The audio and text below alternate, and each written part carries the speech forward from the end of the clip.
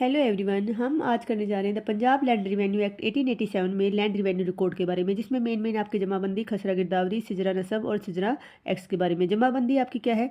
जमाबंदी एक रिकॉर्ड है, record of right है लैंड का, prepared by revenue department.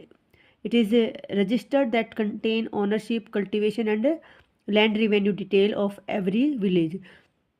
Preparation इसकी कैसे होती है? यूजुअली 4 साल में ये बनाया जाता है पटवारी द्वारा, supervision under the supervision of revenue officer. Based होता है ये खसरा गिरदावरी के ऊपर।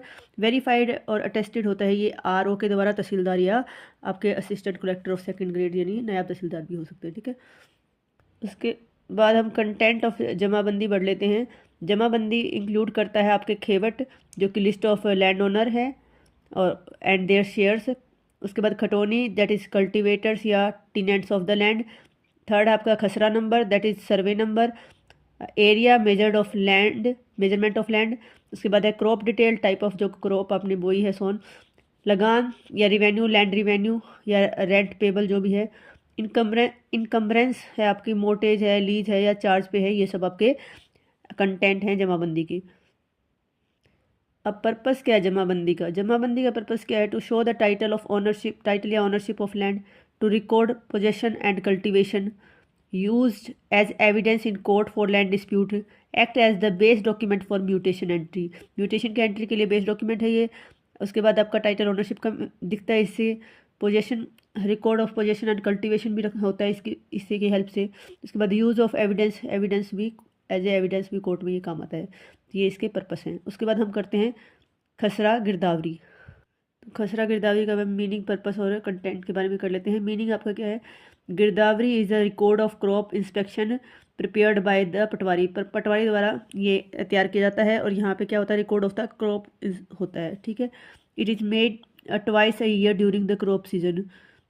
तो साल में 2 बार जब क्रॉप सीजन होता है ये उस टाइम किया जाता है। एक रबी होती है हमारी, एक खरीफ। रबी टाइम में कौन सा होता है? Wheat, mustard type, winter crop भी बोलते हैं। खरीफ को मानसून क्रॉप भी बोलते हैं, like paddy, cotton etcetera. It record the actual cultivation in each खसरा नंबर। तो मेनली ये क्या करता है? ये रिकॉर्ड है जो एक्चुअल में कल्टीवेशन जो बोया गया है हर एक खसरा नंबर पे, तो उसका एक रिकॉर्ड है जो पटवारी तैयार करता है। पर्पस की बात करें तो to assess the land revenue based on actual cultivation. तो ये क्या है? रिवेन्यू बेस्ड आपके एक्चुअल कल्टीवेशन पे होता है, तो ये उसके लिए पर्पस में काम आता है। Acts on evidence in dispute over possession and crop ownership, crop के ओनरशिप या पोजेशन को लेकर जो डिस्प्यूट होता है उसमें भी ये एविडेंस के लिए आपका काम आएगा।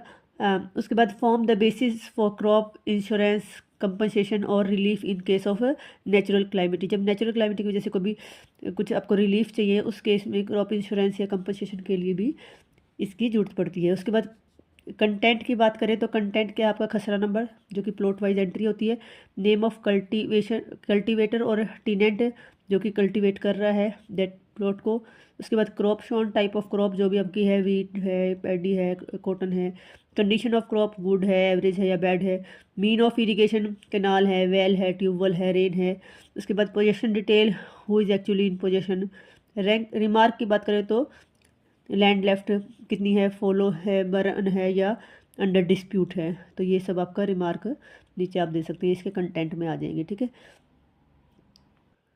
अब लीगल वैल्यू की बात करें तो ये एक नॉट अ टाइटल डॉक्यूमेंट, यानी डज नॉट प्रूव ओनरशिप, इसके द्वारा ओनरशिप प्रूव नहीं हो सकती, तो ये टाइटल डॉक्यूमेंट नहीं है। It is only record of cultivation possession at a given time. Court rely and girdawari entries projection evidence, but they can be challenge if proved wrong. ठीक है, तो प्रोजेक्शन एविडेंस के तहत तो ले सकती है, बट ये भी रॉन्ग प्रूव हो सकता है। ठीक है, तो ये इसके लीगल वैल्यू थी। अब इसके बाद आता है म्यूटेशन, जिसको हम इंतकाल भी बोलते हैं। मीनिंग, पर्पस, लीगल नेचर और अथॉरिटी, प्रोसीजर, या कंटेंट की बात कर लेते हैं। मीनिंग की बात करें तो mutation is a land record means substitution of the name of a person by another in the revenue record. It is called इंतकाल। Mutation does not itself create or station title, but only record change in ownership or possession for revenue purpose. ठीक है, तो ये कोई आपका title create करने के लिए नहीं, बस रिवेन्यू रिकॉर्ड के लिए आपके पर्पस के काम आता है। ठीक है, रिवेन्यू चार्ज करने के लिए आपके पर्पस की बात करें तो to keep the land record update, to ensure that the right person pays land revenue to the government to provide public record of who holds on the land, help prevent dispute by keeping official record clear। तो mutation से क्या होता है, land record आपका update रहता है, right person आपको पता चलता है कि कौन रेवेन्यू पे करेगा गवर्नमेंट को। इस हिसाब से रिक्वायरमेंट की बात करें तो mutation is necessary whenever they transfer, change in ownership, possession due to sale of good, gift of good, inheritance, succession या पार्टीशन ऑफ लैंड या मोर्टेज, लेबल ऑफ मोर्टेज या कोर्ट डिक्री अफेक्टेड ओनरशिप। तो ये कुछ reason है, इनकी वजह से कुछ भी अगर चेंज हुआ है तो म्यूटेशन से क्या होता है, ट्रांसफ़र और चेंज ऑफ ओनरशिप पता चल जाती है। A theoretic procedure, mutation is carried out by the revenue officer, patwari, tehsil या फिर तहसीलदार। ठीक है, प्रोसीजर क्या होगा, application for mutation plus document required जो भी होंगे बाय न्यू ओनर द्वारा। ठीक है, उसके बाद एप्लीकेशन लैंड डिटेल होएगा, उसके अंदर affidavit to proof transfer property, copy of sales deed या गिफ्ट डीड आपको लगानी होगी, वेरिफिकेशन बाय पटवारी या कानून को, notice to interested parties to hear objection, order by tehsildar allowing the mutation, changes reflects in jamabandi, जो चेंज हो जाएगा तो वो जमाबंदी में भी रिफ्लेक्ट होगा आपका। ठीक है, mutation is a physical in nature, it is only affect the right of record, not ownership right. Ownership right are dedicated by civil court, not by the mutation order. Mutation entry is projection evidence of possession, ownership not conclusive proof.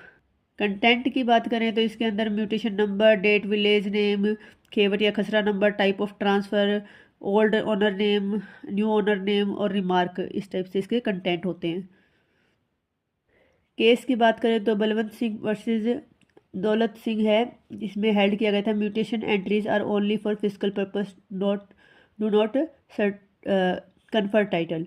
उसके बाद सवर्णी versus Inder Kaur का है, इसमें held किया गया था। Mutation does not prove ownership, तो ये म्यूटेशन को ओनरशिप नहीं प्रूव करता है। उसके बाद में उधर बताया गया था कि म्यूटेशन जो है वो फिजिकल पर्पस का है, ये एक कन्फर टाइटल नहीं करता। ठीक है, तो ये दो केस आप यहाँ डाल सकते हैं। उसके बाद सिजरा नसब की बात करते तो सिजरा एक ट्री, नसब मतलब लीनियर या फैमिली, सिजरा नसब मतलब रजिस्ट्रेशन ऑफ जनरेशन। मीनिंग की बात करें तो it is an official record maintain in revenue administration showing the family tree of land owner in village और स्टेट। पर्पस क्या होगा इसका, to show how land passed from one generation to another, to identify legal heir of a land holder, to serve as a sporting record for mutation in case of inheritance or succession.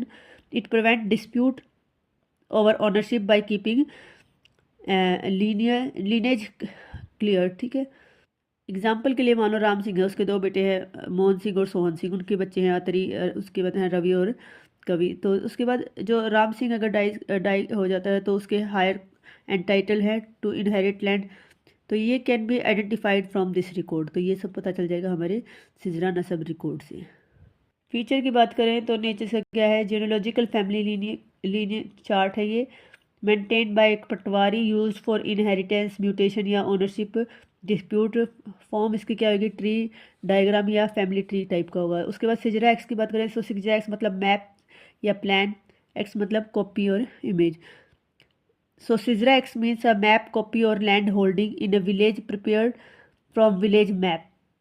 It shows exact location, shape या boundaries of each खसरा। ठीक है, उसके बाद only with owner's name, along with owner's name। तो Sisra X क्या है, ये एक scaled copy of a village map showing every field number। Purpose की बात करें तो show layout of land holding in a village, to identify boundary of each khasra, to keep mutation, partition, sale, inheritance and by clearing marking which piece of land belonging to whom, to act as an authentic government document in land dispute, to assist in revenue collection और survey operation. तो ये इसके purpose थे किसके, सिजरा x की। Example के लिए village का मैप है, उसमें आपको खसरा नंबर 45 दे रखा है, 2 एकड़, एक खसरा नंबर 46 दे रखा है, 1.5 एकड़ आपका बी के पास। इसी तरह खसरा नंबर 47 आपका 3 एकड़ सी के पास। तो shajra x will show the scaled map with the plot number boundaries marked. ठीक है, उसके बाद फीचर्स की बात करें तो प्रिपेयर्ड बाय पटवारी, इसका फॉर्म होएगी मैप कॉपी, कंटेंट क्या होएगी इसके अंदर, खसरा नंबर होएगा, बाउंड्री या स्केल्ड जो भी है। Use legal evidence in dispute plus transaction या वेरिफिकेशन। नेचर इसका क्या होगा, विजुअल रिकॉर्ड इसका। तो ये था आपका रिकॉर्ड, रिवेन्यू रिकॉर्ड के बारे में। आई होप आप सबको समझ आएगा। Please like share and subscribe.